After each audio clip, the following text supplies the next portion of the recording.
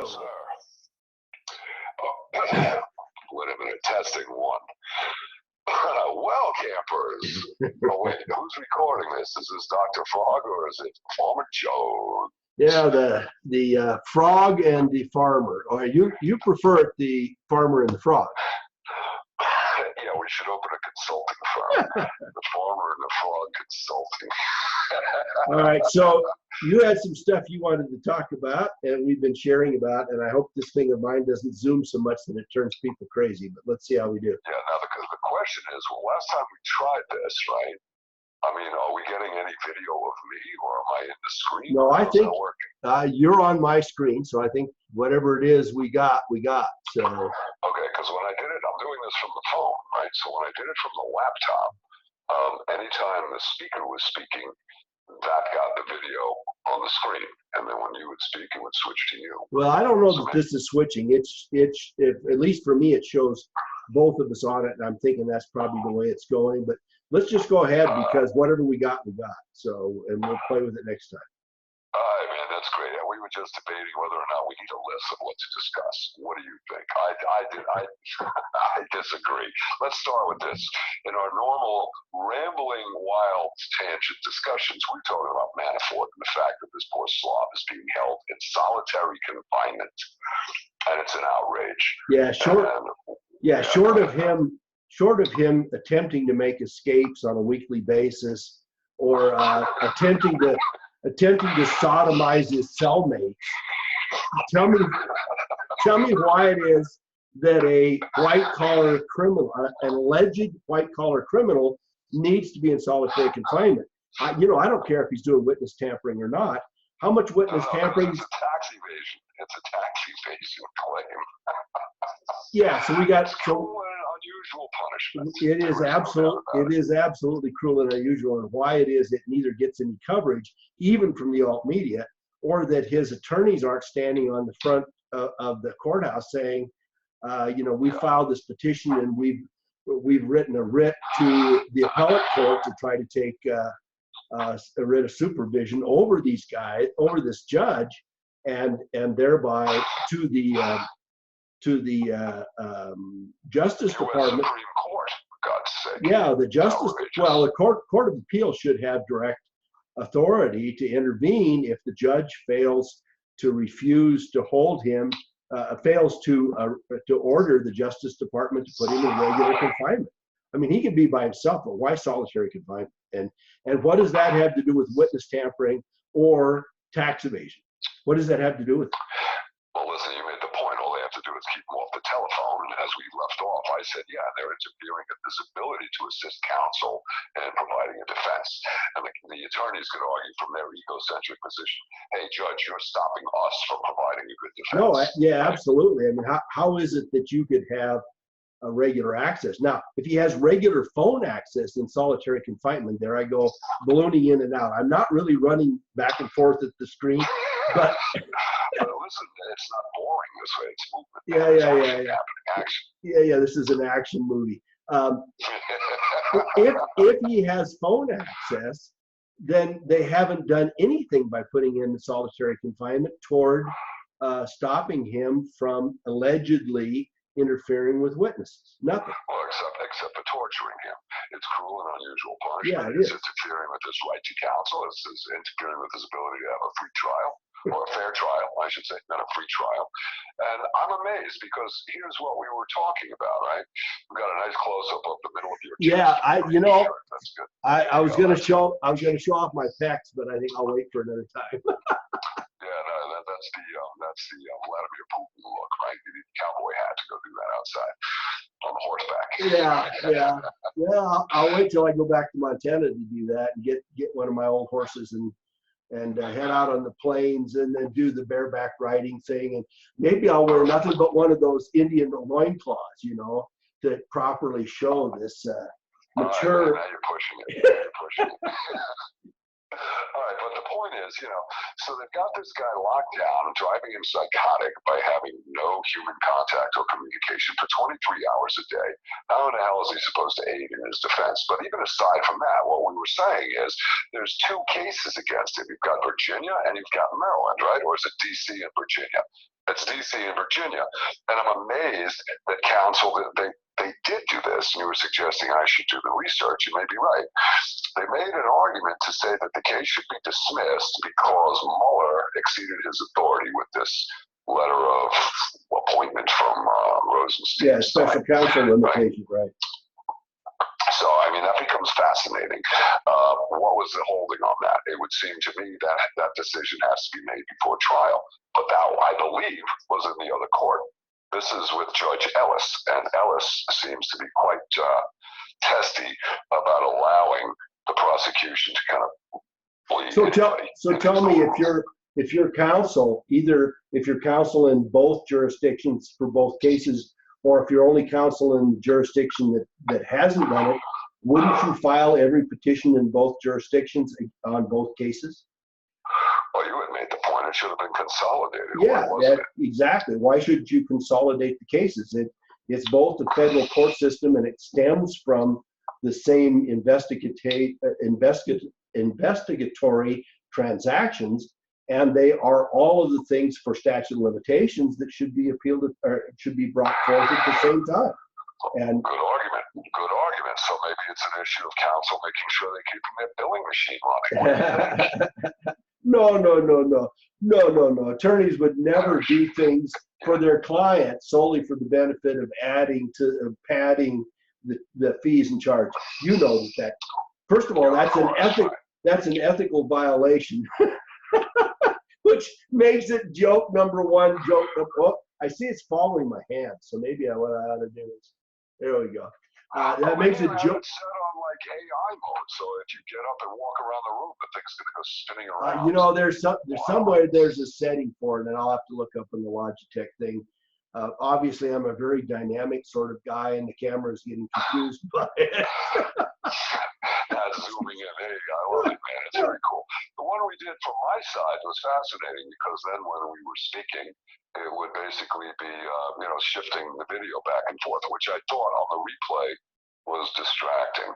But anyway, where did we leave off on this? Oh, yes, the ethical questions, which, let's think about this. You've got Rosenstein has got some ethical considerations, doesn't he? Yeah, no, there's... The fact that he's going to be a witness in this, I think that's hilarious. How do you you've got a basic ethical requirement, and you and I had to take ethics. I know it was just a bullshit course in law school, but we had to take and pass ethics. Listen, man, you know this. It's not bullshit on the bar exam. No, it's not. Not only is it not only is it not bullshit on the bar exam, but if there are charges in any of the places where you have a license to practice, and they allege that you have violated your ethical requirements, not only will you be sanctioned or brought before the court, but you could be suspended or disbarred. And none of that. I mean, who has filed against Rosenstein on the basis of ethical violations and attempted? They want to impeach him, but I'll tell you a real easy way to get him suspended off the process is to boom back and forth. Is to file to have his license suspended, which, the best defense. I said that like 8 months ago. I said this guy is out and he's off the chain. Somebody should file a friggin' grievance against him, right? Yeah, so you've got been filed, and maybe the grievance committee, whichever venue he's in or jurisdiction, they say, "Oh, we're reviewing it." Yeah, so but after everything is done, they'll say, "Oh, there was no violation." Yeah, but you've got multiple. Another level. Wait a minute, Dr. Frog. I'm going to take it another level. The fact that our boy Sessions is so concerned about ethics, and he's being so ethical, right? It means he knows that the rules exist. Right? Because he doesn't want to have a conflict, he's recusing himself for the ethical considerations and the disciplinary rules. Oh, good. But the fact that he knows it exists, he doesn't see that the guy he's got working for him has got a conflict. Is the creator of the document that basically instructed Trump to fire Comey. Then this game began with obstruction of justice by firing Comey. Then Rosenstein appoints Mueller. The guy who writes the memo appoints Mueller to investigate Trump with that. And then comes up with this secret memo of authorizing the special counsel. Since the hell when is this guy's, what do we want to call it, his commission, right? Secret. Why is that secret? What is this, the Star Chamber? I don't get it. So I have 2 points to make to you. The first one is that Rosenstein has a mentor, and has a mentor, and I've moved around again, evidently. And Sessions has a standard of care that his predecessor set for him, which is Loretta Lynch, meeting with the husband of the accused on the tarmac in Phoenix, Arizona, discussing grandchildren and their golf game. Allegedly, the weeks that they're looking into the violation of Hillary Clinton with respect to emails and to pay for play shit in the Secretary of State's office. So what's the standard? So you're suggesting that that's precedent that makes it okay? I'm suggesting that you can't get any lower. How do you get lower than that? I get it. So Sessions is okay with that because this is the guy Sessions hired to take Sessions out of the conflict. So the guy writes the document. He's going to be called as a witness if there's any trial or hearing based on this there. What about the fact that his lovely wife, Lisa Barsoomian? Oh, yeah. Well, I knew that was my second point. And, of course, you had to sneak in ahead of me, which is, and I was going to pass the volleyball back to you because you're the Barsoomian investigator extraordinaire anyway, and you've been pounding away. I mentioned it, but how come none of the friggin' the blabbermouths up there in any of the congressional hearings on the media have never mentioned Barsoomian? They've never mentioned Melissa Hodgman, which is Strzok's wife. What is this, the sacred cow? Or is this such deep state manipulation and we'll call it a familial nepotism that it's an unwritten law that you don't mention the wife? Well, and his wife, there's another one.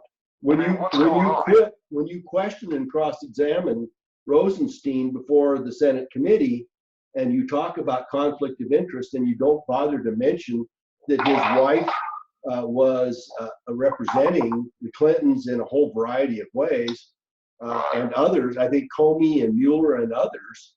Now, the stuff that I looked into said a lot of that was in her official capacity as in the Justice Department, and she was representing them officially. But there are implications that both her law firm and others are doing. Hold on a second. I'll go another step. Rosenstein never mentioned that his wife had represented Clinton individually in his impeachment proceeding.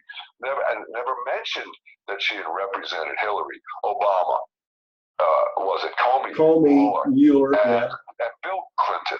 So, I mean, this woman, this gal, was not just an adversary to the person being investigated by her husband.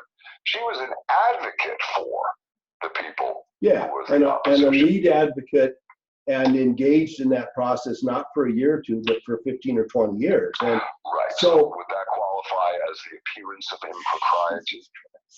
I like that, man. You've got power. You do this and advises. And the other thing about it is, and this goes back to the discussion we started to have, which has to do with the standard of ethics, right? And the standard of ethics are not only that you cannot have a problem, you cannot have an imposition, you cannot have a conflict of interest, but what's more than that, you cannot have the appearance of a conflict of interest or anything that would besmirch the legal profession. How could you possibly do that? All right, that's what I said. That was a nice, smooth segue. Thank you, counsel. What I'm saying, though, there's even language in the ethical considerations and the disciplinary rules pertaining to family members and conflicts, and that you must recuse. Exactly. I mean, without looking at them, this business of the wife, imagine the pillow talk. And then you've got the other component that her job is as a U.S. attorney. She is a FOIA stopper. She's the blocker. People make FOIA requests, and she continually reduces, redacts, and not discloses info. There you go. Yeah, that's it. You got it, man. The hand makes it work. That's too much fun.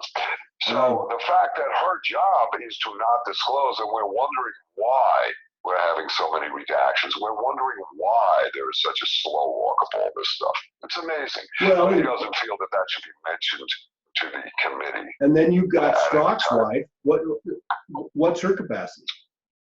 Well, in this scenario, hopefully, I don't know, but I mean, I guess he could twist the argument and say, well, she's working for the Department of Justice, so she's just helping us disclose of what is proper and not proper to come forward.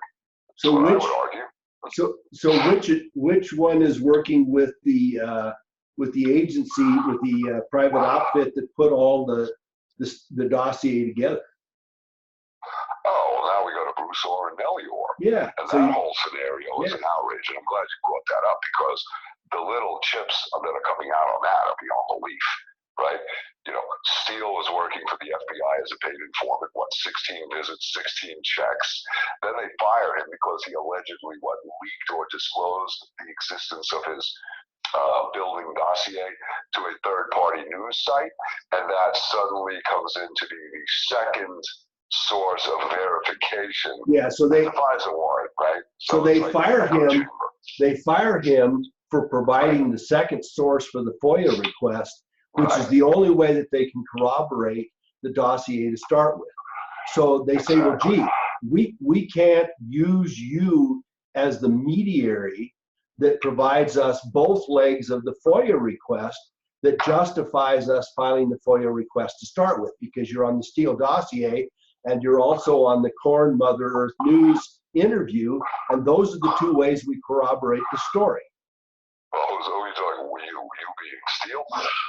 Yeah, I'm talking about as the government saying, well, we got to fire it. So Steele goes, and then they publish it at Yahoo. They leak it to Yahoo. Yahoo runs it.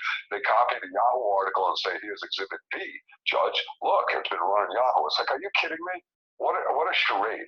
But then let's go to after he gets fired, he continues meeting with Bruce Orr, who is, again, the husband, and the wife is Nellie Orr, who is working for Fusion GPS, who is putting the material together on behalf of the Clinton campaign, the DNC, and then handing it to who? The FBI or the Justice Department.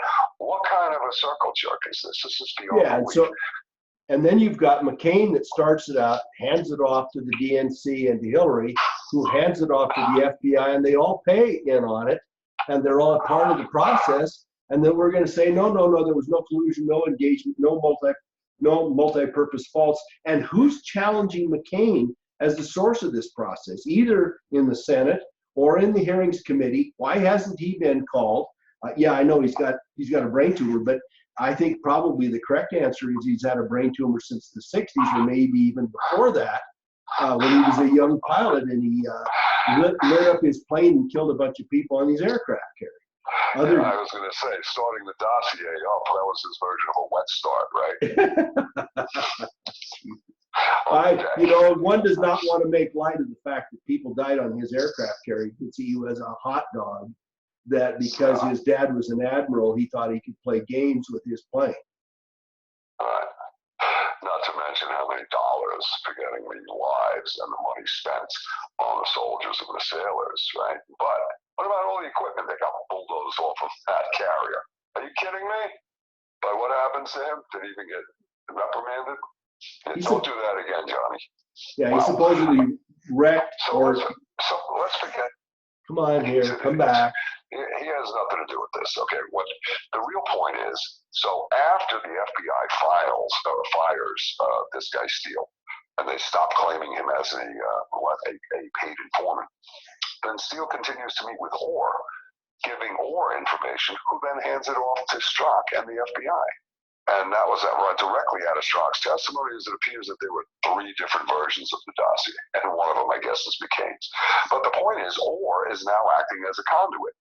So how is that not collusion with the FBI to, what should we call it, introduce and present this false dossier to undermine the president, to undermine the whole deal? It's a coup.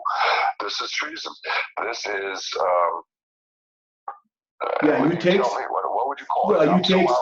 Well, No. it's a tautological argument and problem that you start out inside the FBI. You start out with agents and employees of the FBI who set up the process, who hired the people to do it, and then you come in a different door and say, well, oh, by the way, here we have all this information that our other hand has been providing to us for the last 3 or 4 months, and we're going to insert this now and use it to obtain a FISA. But they're perpetrating a fraud, right? Uh-oh, there you go. Yeah, there we are. Yeah. You just changed your glasses. They're perpetrating a fraud. I got a low battery notice. Let me grab the old happy cord. It's on the floor. But the point is, they're perpetrating a fraud, and they're doing it in conjunction, conspiracy, collusion. And let's take a bigger step back. Let's say this. What happened to the concept of protecting, defending, and upholding the Constitution?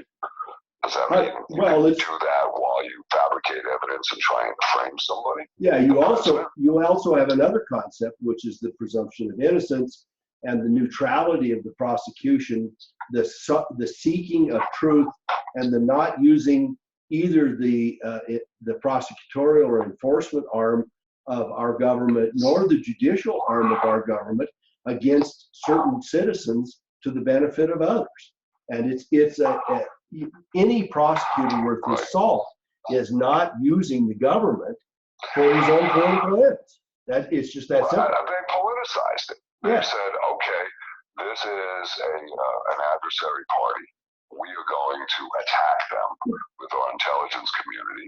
We are going to frame them. We are going to undermine them, and we are going to impeach him. And we are going to destroy their party because we work for the other party. What happened to upholding the Constitution, defending and protecting? Yeah, it's the most blatant violation of it, and even the wildest progressive view of this is that it is still a one-sided manipulation of our judicial and prosecutorial systems to the detriment of half the population. Clearly, but even worse than that, they're perpetrating a fraud for their own agenda. And their agenda is they want their side to win, and this goes going all the way to the top, and anybody who says otherwise is wrong. So I introduced, and I'll put this up later again, it was a GCHQ document, and I forgot when it was dated, but it's indicating, as per the instructions of the President of the United States, we are to continue the investigation. All right. Now, in that document, and we'll assume it's real, but that was paragraph 1. Paragraph 2 is circled and highlighted, but that pulls the focus away from who ordered it. And this is the MI6 or GCHQ. That's number 1. Number 2, you've got Lisa Page's discussion, and she says in her text, hey, POTUS wants to know everything we're doing. Okay, what? She just made that up. She was trying to impress Strzok with how important and connected she was. This is a counsel for the FBI and for McCabe, who was the acting director at that time. So I'm thinking there might be some credibility to that statement. The next point is she sends, or I guess testified to this, and this was revealed by Congressman Gomer from Texas. And he said that she said, I think this is where it came from, that she had a meeting with the chief counsel, with White House counsel. Obama was there. And you take those and you say, gee, I guess they knew it. Now, I guess some people would make the argument that, well, it really wasn't Obama. It was the White House counsel was doing all this. Yeah, Obama had no idea. He was too busy playing tiddlywinks and ordering hot dogs and pizza imported from Chicago for $65,000. He had just, hot dogs and pizza. Might be a code word, but we don't even have to go there now. We'll let our viewers decide what that might be. Well, let's go. Wait. Well, there's one more. then you've got the happy letter written by, what was it, Susan Rice, on the last day in office as the inauguration. They're walking up the steps. She sends an email to herself saying, well, the president insisted we do everything by the book. And that may be a little general. I'm sure she wasn't referring directly and articulating the counterintelligence investigation of Trump's campaign, was she?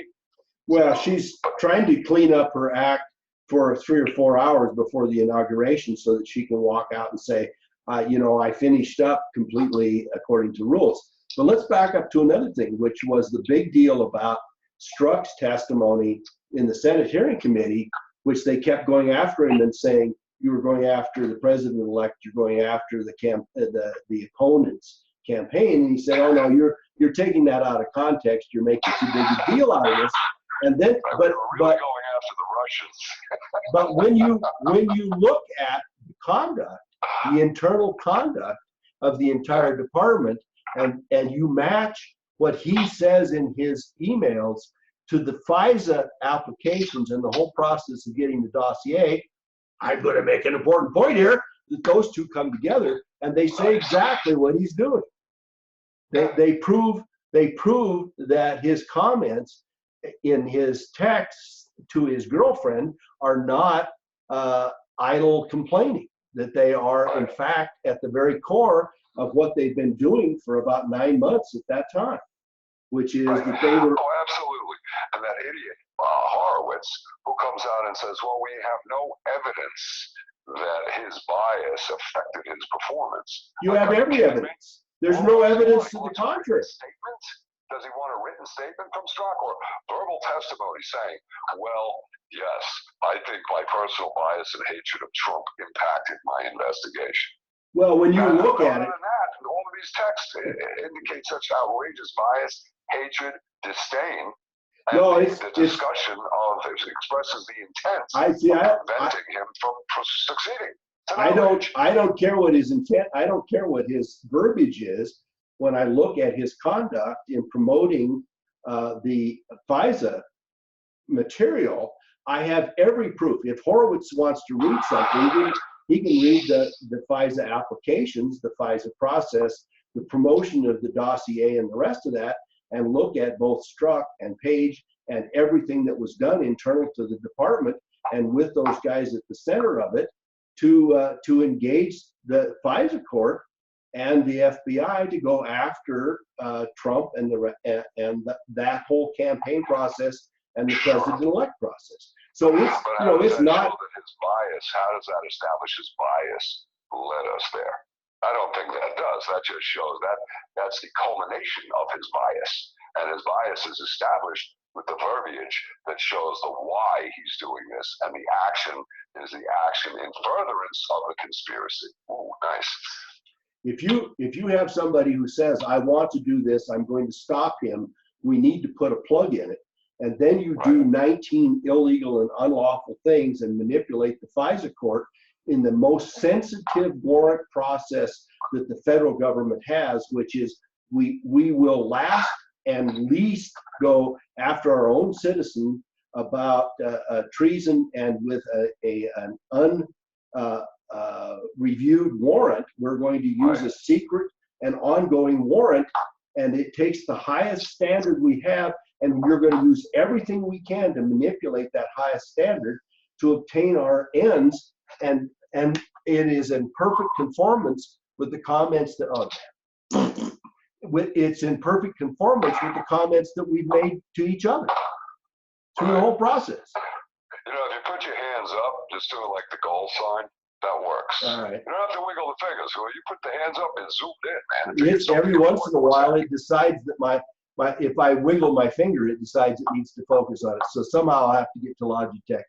So we must be about running out of time here. So let's. I'm thinking, but I got to throw one more thing. All right. Because I know you love the Awan brothers.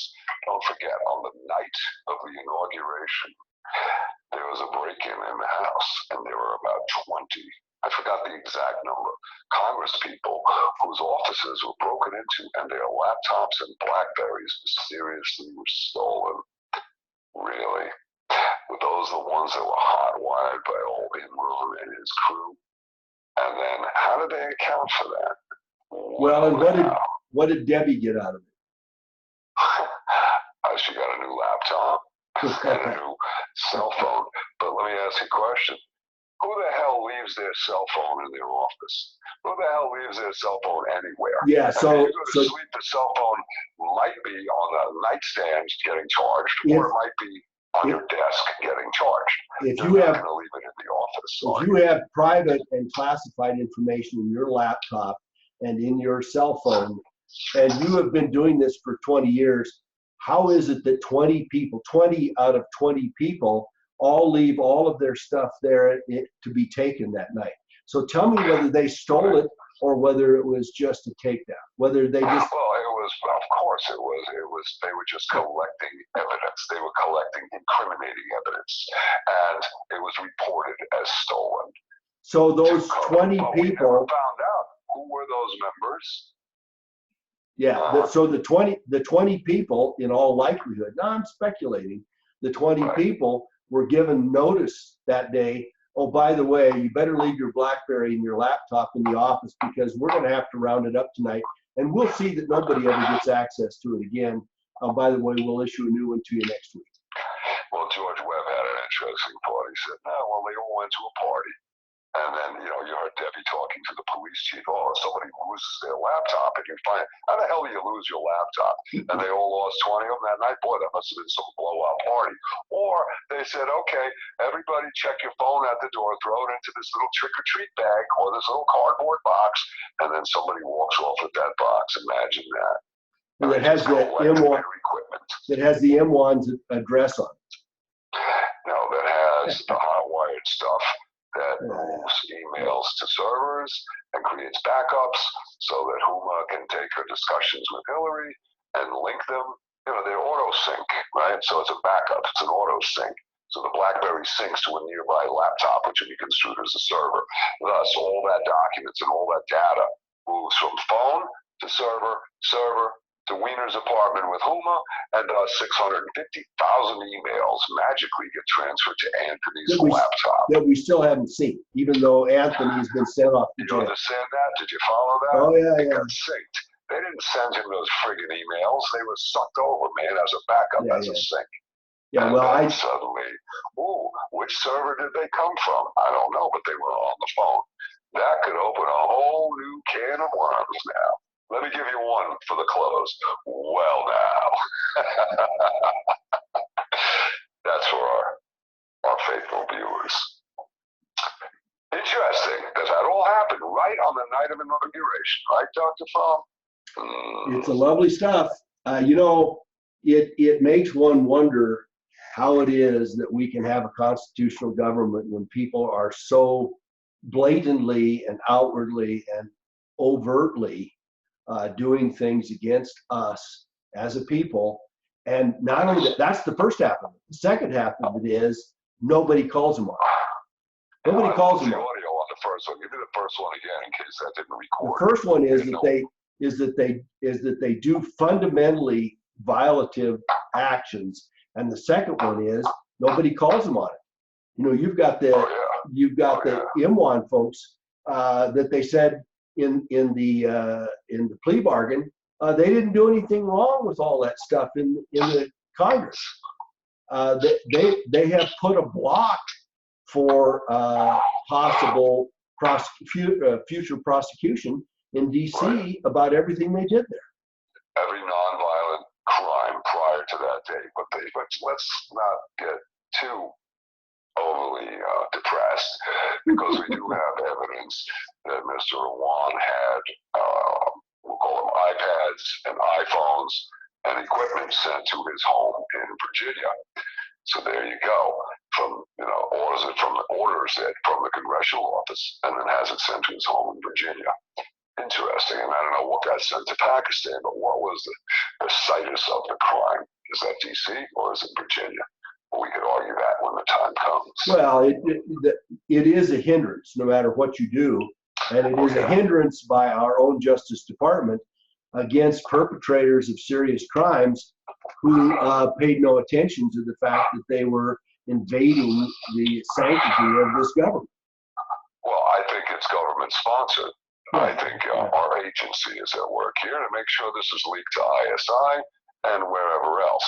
So everybody has access to all those emails running through Congress, but they have the nerve to tell us we're redacting this, we're covering up so you can't see it. But everybody else in the foreign countries can see that crap.